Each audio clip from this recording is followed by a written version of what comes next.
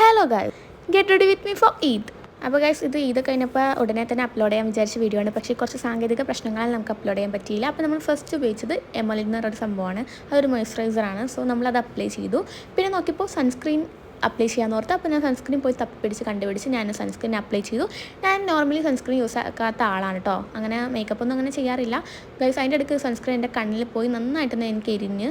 പിന്നെ next apply ചെയ്തത് BB ക്രീമാണ് കേട്ടോ. എൻ്റെ ഈ ഫൗണ്ടേഷൻ അങ്ങനത്തെ സംഭവങ്ങളൊന്നുമില്ല. സോ നമ്മൾ BB ക്രീം വെച്ച് അഡ്ജസ്റ്റ് ചെയ്യാം. നേരത്തെയൊക്കെ ഞാൻ പുട്ടിയാന്ന് പറയുമായിരുന്നേ. അപ്പോൾ ഞാൻ പുട്ടി അടിച്ച് കാണിക്കാൻ പോണേണ് കേട്ടോ എല്ലാവരും.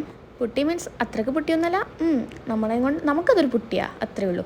അപ്പോൾ പുട്ടി അടിക്കാൻ പോവാണ് നമ്മൾ. അപ്പോൾ ഞാൻ ഓൺലൈനിൽ കുറച്ച് പ്രൊഡക്ട്സ് ഒക്കെ ഓർഡർ ചെയ്തായിരുന്നു.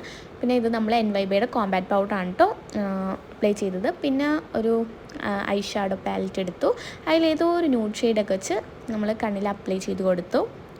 എനിക്ക് ഇതിനെ പറ്റിയൊന്നും ഇങ്ങനെ ഡീറ്റെയിൽ ആയിട്ട് ഒരു സംഭവം അറിയത്തില്ല.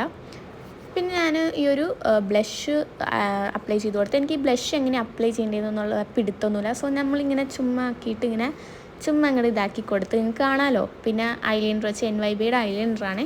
അപ്പോൾ അത് വെച്ച് കണ്ണ് എഴുതി കൊടുത്ത് സുന്ദരിയായി. പിന്നെ മാസിൻ്റെ മസ്കാര, ഇതും ഞാൻ പുതിയതായിട്ട് മേടിച്ചതാണ്. ഇത് നല്ലൊരു പ്രൊഡക്റ്റാണ് കേട്ടോ. ലിങ്ക് വേണമെങ്കിൽ പറഞ്ഞാൽ മതിയേ. നമ്മൾ ഇതിനെപ്പറ്റിയൊരു വീഡിയോ വേറെ ഇടുന്നതായിരിക്കും കേട്ടോ. പിന്നെ മാസിൻ്റെ ഈ ഒരു ലിപ് ലൈനർ, എനിക്ക് ലിപ് ലൈനർ യൂസ് ആക്കാൻ അങ്ങനെ അറിയത്തില്ല. സോ ഞാൻ ഇങ്ങനെ വരച്ചിട്ട് ഞാൻ ഇങ്ങനെ ആക്കിയപ്പോഴത്തേനും ഈ ഒരു ഷെയ്ഡ് വന്ന് ചുമ്മാ ആക്കിയതാണ്, കൊളായി പോയപ്പോൾ.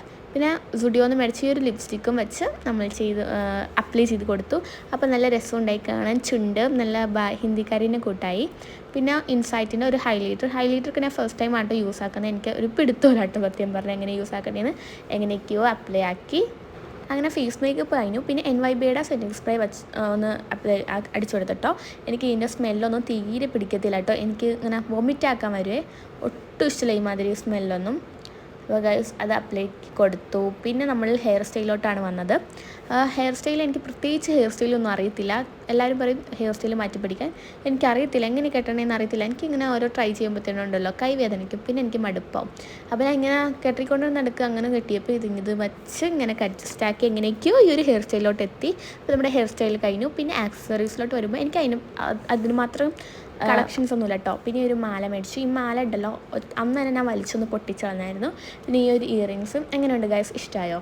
എൻ്റെ ആകെയുള്ള ആക്സസറീസിൽ ഏറ്റവും കൂടുതലുള്ളത് ഇയറിങ്സ് ആണ് കേട്ടോ. പിന്നെ ഈ ഒരു ചെയിനും, പിന്നെ നമ്മുടെ സ്ഥിരം ഈ ഒരു വാച്ചും സെറ്റാക്കി. പിന്നെ ഈ ഒരു എന്തുവായിരുന്നു നമ്മുടെ റിങ്സും നമ്മൾ ഇട്ട് കൊടുത്തിട്ടുണ്ട്.